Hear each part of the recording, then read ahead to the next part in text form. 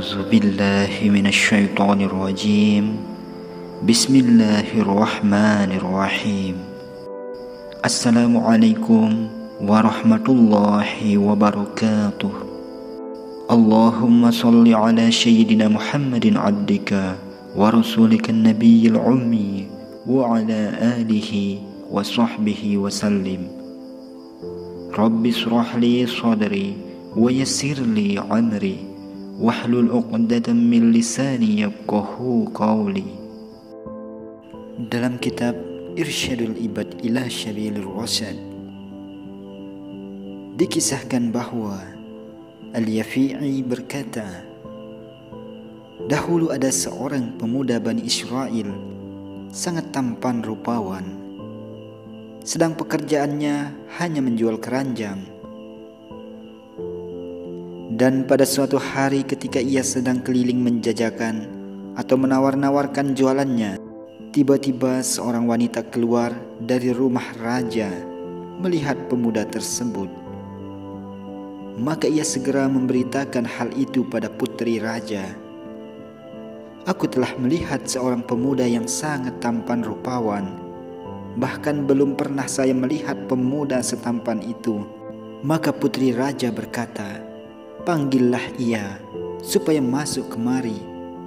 Maka dipanggillah pemuda itu dan dipersilakan masuk dari pintu pertama, kedua, dan ketiga. Kemudian ditutup kembali pintu-pintu itu. Dan di sana ia disambut oleh putri raja yang telah memperlihatkan wajah dan kecantikannya.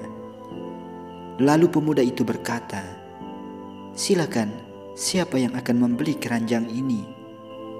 Jawab mereka, kami tidak memasukkan kamu kemari untuk membeli tas keranjangmu, hanya supaya Anda suka memuaskan nafsu birahi kami.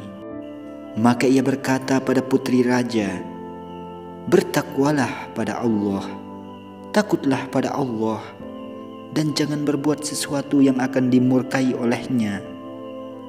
Jawab putri raja tersebut, jika Anda tidak menuruti kehendakku, aku akan menjerit dan memberitahu pada raja bahwa Anda menghina padaku. Maka setelah semua nasihatnya tidak berhasil, ia meminta disediakan air wudhu. Maka putri memanggil pelayan untuk menyediakan air wudhu di atas rumah atau di atas loteng, sekira ia tidak akan dapat melarikan diri sebab jarak ke bawah sekitar 20 meter.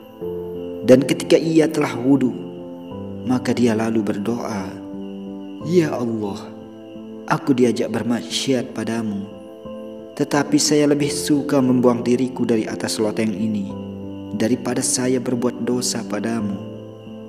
Lalu ia membaca Bismillah dan melemparkan diri dari loteng yang tinggi itu. Tetapi Allah segera menyuruh malaikat turun untuk menyambut dan menyelamatkan kejatuhannya. Maka malaikat itu menahan kedua kakinya sehingga ia jatuh berdiri. Kemudian setelah selamat, ia lalu berdoa, ya Allah, jika Engkau berkehendak, maka berilah padaku rizki yang cukup sehingga tidak perlu menjual tas keranjang ini. Maka Allah mengirimkan padanya belalang dari emas. Maka diambilnya sepenuh bajunya dan berdoa, ya Allah, jika Engkau memberiku rizki ini di dunia, maka berkahilah rizki ini. Tiba-tiba dijawab, yang aku berikan padamu 1/25 bagian dari pahala kesabaranmu, sehingga membuang dirimu itu. Ketika mendengar jawaban sedemikian, maka ia berdoa kembali, ya Allah, saya tidak menginginkan sesuatu yang akan mengurangi pahalaku di akhirat. Tiba-tiba belalang emas itu hilang semuanya. Dan ketika syaitan ditanya, mengapakah Anda tidak dapat menyesatkannya? Jawab syaitan, bagaimana aku akan dapat menyesatkan orang yang telah berani mengorbankan jiwanya untuk keridhaan Allah? Semoga kita bisa mengambil hikmah dari kisah ini. Wabillahi taufiq wal hidayah. Wassalamualaikum warahmatullahi wabarakatuh.